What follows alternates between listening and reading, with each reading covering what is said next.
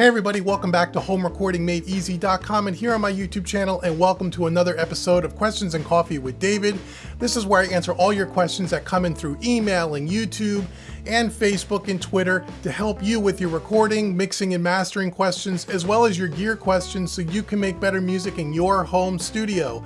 If you want one of your questions featured in an upcoming episode, please send all your questions to info@HomeRecordingMadeEasy.com. That's info@HomeRecordingMadeEasy.com. And I'll be sure to feature your question in an upcoming episode. Now, before we get to this week's questions, if you do me a favor, go out to HomeRecordingMadeEasy.com and I want to give you a free gift. I want to give you 5 free mixing training courses just for being someone who visits HomeRecordingMadeEasy.com. It's worth about $110 in value. That's 5 free mixing courses right on HomeRecordingMadeEasy.com. Hit the orange button, register for your 5 free mixing training courses today, and also make sure you hit that subscribe button, hit the notification bell. So now let's get on over to this week's set of questions, and we're going to start with question number 1. Okay, question number 1 comes in from John, all the way from Australia, and he writes in, "Hi David, I am a student at learningtomix.com, and I purchased many of your great courses, EQ, compression, mastering, mixing with analog style plugins, which helped me a lot. I also purchased the Universal Audio Apollo 8 with the UAD2 satellite and got a one-time custom bundle pick of any 6 plugins for $699 US. The problem is I don't know what I can choose and what is best for my money. I don't want to pick some plugins that I'll regret later for picking up one over another. Or I found out I can get one plugin cheaper if I choose it in the bundle. I can't afford to buy more plugins until next year because I have a family and kids. I need advice from someone honest and has experience like yourself, and please don't tell me to try it for myself and buy one as a demo." So my question is, if you had to buy 6 plugins with only the ones that come with the Apollo to finish your mixing and mastering in your studio, what would you pick and why? Thanks a lot for all your help, and I'm looking forward to your advice. John from Australia. John, thanks for writing in. Really cool. A couple of things. One, thank you for being a member of LearningToMix.com. Myself and my colleague Pete Woj from MixBetterNow.com thanks you a million times over. I'm hoping and that you're enjoying your membership, and it's a lot of fun. And if you're watching this video and you don't know what LearningToMix.com is, head on over to LearningMix.com. It's all laid out there right for you, self-explanatory. Secondly, thank you for purchasing all the other Made Easy courses. I'm glad they're helping you. Now, you've jumped into the Universal Audio ecosystem. You got yourself an Apollo and a satellite system. Way to go, rock on. It's an amazing system. I know you're not going to regret it. So what 6 plugins would I buy? And why? Well, I don't want this video to be an hour long, so I'm not going to really explain too much in the why, but I will tell you if you have 6 plugins to choose with your new system, these are the 6 that I would make sure you have. Make sure you get the Ocean Way plugin. That's an amazing plugin, especially if you work with acoustic drums and those sorts of things. I use it on drums all the time. Get that. Also, get the Precision Ambient Recovery plugin by Bob Katz. That's an amazing plugin that I use on my master bus. I've done lots of videos on it on my YouTube channel. That's a really cool plugin. I would also make sure that you have the LA2A collection, the new collection with the 3 different versions of the LA2A. With your system, you already have the legacy version, but get the LA2A version, the newer one. It's much better. The same thing with the 1176 collection. I would get that as well. That's 4. Another one that's a really great plugin to have if you're into channel strips, either get the Neve or the Neve 88RS or the SSL channel strip. That's something I use all the time. Those are great plugins. But if you're not really into channel strips, and you can kind of put that one aside. Also take a look at a tape machine. The Studer multi-track tape machine is excellent. I would pick up that. And that leaves me with one more. And if I had to pick one more, I'd probably say if you don't have yourself a really good reverb in a native plugin, either get yourself the Pure Plate or get yourself the EMT 140 is really good as well. And there's so many more good ones to get, but you want to have a really good reverb if you don't already have one. So the Pure Plate's an awesome reverb, or the EMT Plate's an awesome reverb. Ocean Way, kind of like a reverb, but it's more of a room emulation. those things you want to have, and they sound fantastic.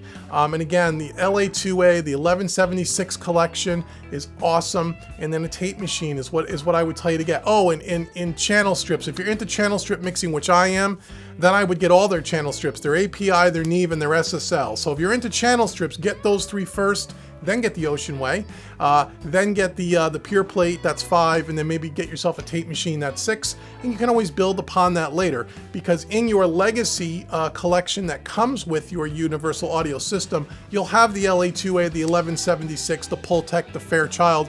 You'll have the legacy versions of those plugins, and those are fantastic, but over time maybe you want to upgrade them. So I hope that answers your question. If you have any more questions at all, you can email me about UA, and I can help you with the Universal Audio system, no problem. But like you mentioned in your email, you can also demo all of these as well for 14 days, and I urge you to demo all of them before you buy them, but that is my recommendation.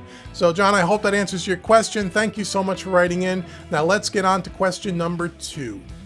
Okay, question number 2 comes in from Leanne, and Leanne writes in, David, first off, I want to thank you for all you do and for all the information you share. It is so easy to get lost in the world of YouTube trying to find accurate information, and I am so glad I have found your channel. I wish I had known about you years ago, and you would have saved me a lot of time and a lot of wasted money. Well, thank you, Leanne. I really do appreciate that. Very kind words, and welcome to the Home Recording Made Easy family.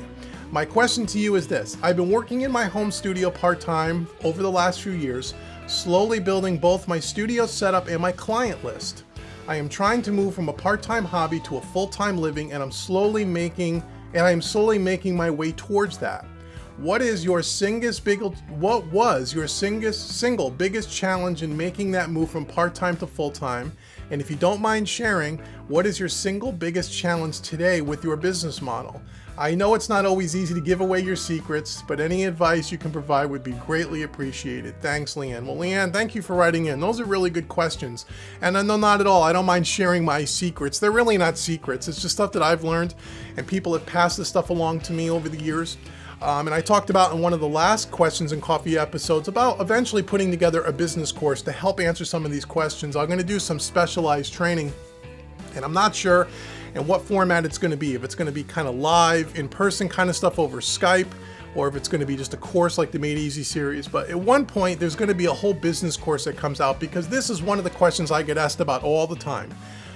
So to answer your questions without getting too long-winded, and I know I'm going to get a little long-winded here. So you want to know what was my single biggest challenge when I went from a part-time hobby to a full-time business, which is about 7-8 years now I've been doing this full-time.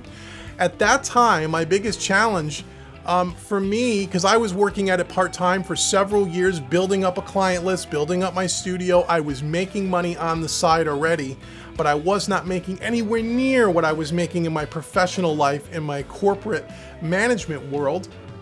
So I took probably about a 50% reduction in salary to go to do this full time at that particular time. So I gotta say, my biggest challenge at that time was just the fear of going from making a certain amount of money to making a lot less money. And even though I spent a couple of years preparing myself for that, saving money on the side in case of an emergency, trying to buy all the stuff that I needed for my studio at that particular time and paid it all off, so I went into my full-time job here at the studio with no debt. But even doing that, I mean, I'm sure anyone watching this can relate to, if you're making, let's say $200 a week at whatever job you're making, and now you're going to go to $100 a week.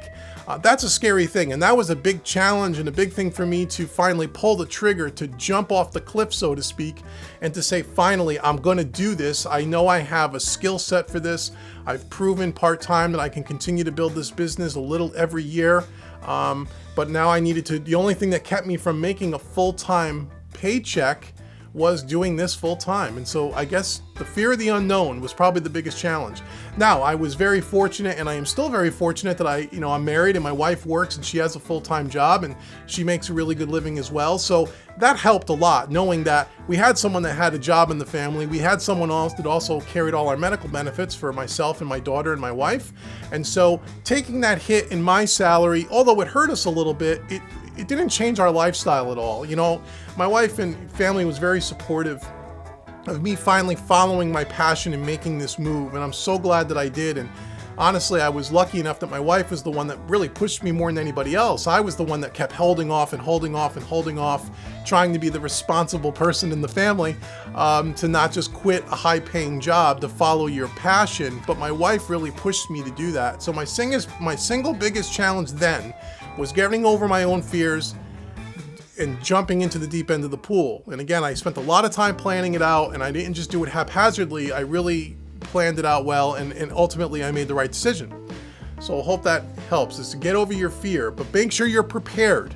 I talk a lot about, if you're not making money now, you got to know, first you got to figure out, does your studio need to make money to help support you and your family? If the answer to that question is once you go full time, yes, I need that income, I absolutely need to make a certain amount of money, you have to look at what is that certain amount of money and what are you currently making part time, and then have a plan to how do you close the gap if there is a gap. There probably will be on some level, right? So you got to be smart about it. I tell everyone, when you first start out in this business, you're not going to just go from making no money to making a ton of money. It doesn't work that way. It took me a long time to get where I am today, and even now I'm still growing. Okay, so that, just be careful of that. Make sure you're thoughtful of that. As far as what is my biggest challenge today in my business model, I guess my biggest challenge today, really, to be totally honest with you, is really continuing to get more exposure and to get the Home Recording Made Easy training brand, website, and training products into as many hands as possible. It's marketing. It's everything from growing my YouTube channel to growing Facebook to doing good social media marketing to getting the word out. That's my single biggest challenge, and I think that's with every business. Every year I continue to get bigger. So thankful for that. It's because of folks like you that allow me to do what I want to do full time. And every year it's growing, and that's good, but it never grows at the rate that you want it to grow at, right? You always want to be bigger than you are, faster than you can be.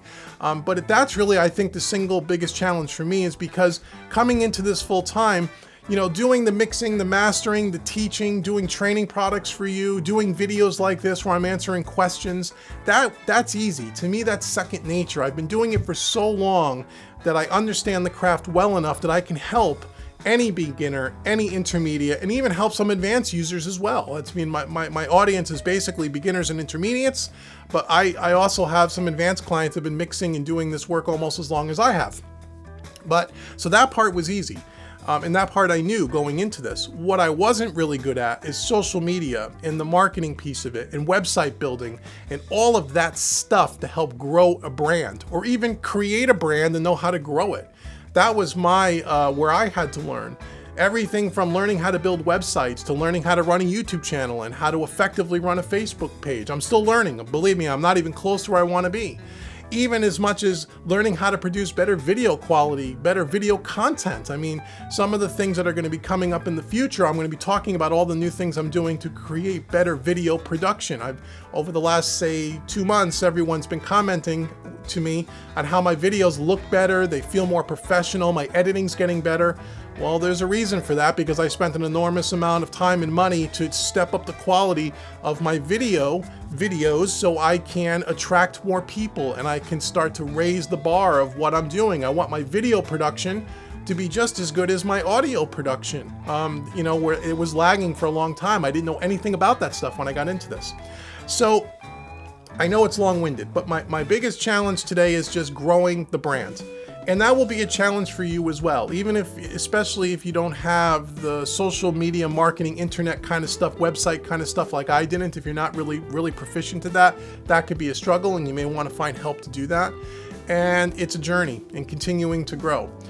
So I hope that answers your question. If you have any more questions, you could certainly email me and I'll try to be a little bit more clear. But yeah, that's it. But I'm loving it and I'm having a great time and we're growing and I'm enjoying learning the process. And I'm continuing to try to grow this business model so I can be there for you. And again, I want to thank you, Leanne, and everyone else that watches these videos, because without you guys, I can't do what I'm doing here. So I'm glad that when we get these questions where people buy the courses and it's really helping, that means so much to me, and I'm glad my stuff is helping. So I'm helping you and you're helping me by allowing me to do what I love to do. So hope that answers your question. So now let's get to the last question for this week's episode, question number 3. Okay, last question for this week. Question number 3 comes in from Clifford. And Clifford writes in, "Hey Dave, great talking to you the other day. I had a quick question. I seem to always have a mid-range buildup in my mixes no matter how much I try to EQ that out on individual tracks. I notice on a lot of your mixes, a lot of mixes that you do, I notice that on a lot of your mixes, you do not have that issue. Any quick tips to reduce that mid-honky, nasty sound in your mixes? Thanks, Cliff." Well, Cliff, thanks for writing in. Yeah, I talk about this a lot, especially if you're a member of learningtomix.com or if you've purchased any of my mixing series. I talk a lot about mid-range buildup, and I know it's track specific or song specific, but a lot of times when you're dealing with tracks that have lots of either guitars or keyboards or both, horn sections, you tend to get a real big mid-range buildup. And even though I'm always trimming out some mid-range to kind of clear that up and get the vocal to kind of poke through, so you don't have that nasty kind of honky sound, you always seem to have that problem. But one quick trick or tip you can try that always instantly adds a little extra clarity to your mix is on your master bus as the last plugin in the chain. Put an EQ on and cut a little bit of 450 to 500 hertz or 4 to 500 hertz in that ballpark. Cut about 2 dB out of there. Taking 2 dB out around 4 to 500 hertz will instantly add some clarity to your mix, and it'll instantly make things start to open up a little bit more. And if it's a song that has a vocal in it, it's not an instrumental, a vocal track, you're going to hear that vocal clear up and kind of push a little forward in the mix. Okay, so again, it all depends on the mix and the track itself, and depends on how well you did your EQ on your other tracks. But if you feel like you're still kind of 10 or 15% away, try that. Put an EQ on the master bus, take out around 4 to 500 hertz, only a couple of dB now, and then just A/B it back and forth. And what you're going to find is going to add that instant clarity to your mix. So that's a tip that I use a lot. I'll use that an awful lot on the master bus, and I normally don't put it on till the very end of the mix. I don't mix into it that way because I don't always need to do it, but I'm always very mindful of low mid buildup in a mix. Because again, when you're dealing with, say, a track like an indie pop rock track where maybe you have 4 or 5 electric guitars, you may have a couple of acoustic guitars, you may have a keyboard and an organ or a B3, and you have 8 or 10 tracks of that kind of instrumentation, you're gonna have that 4 to 500 range buildup. You're gonna have it. Or if you have with a full drum kit with lots of tom fills, all of that 4 to 500 mid-range on all those tracks really can muddy up a mix. And so that's a quick tip. So try that out. Let me know how that works on your projects, and shoot me an email. Let me know if that helped you. And if not, and if you need some more help in that way, just let me know and we'll try a couple other things. But that's the first thing I would try, and it normally works 99% of the time. Thanks, Cliff, for writing in. I hope to hear from you again soon. And that is it for this week's episode of Questions and Coffee with David. Again, go out to homerecordingmadeeasy.com. Get your 5 free mixing training courses. And also follow me on Facebook. Follow me on Twitter. Hit that notification button below the bell. Subscribe to the channel if you haven't done so already. I really do appreciate it. And I will see you in the next video. Take care.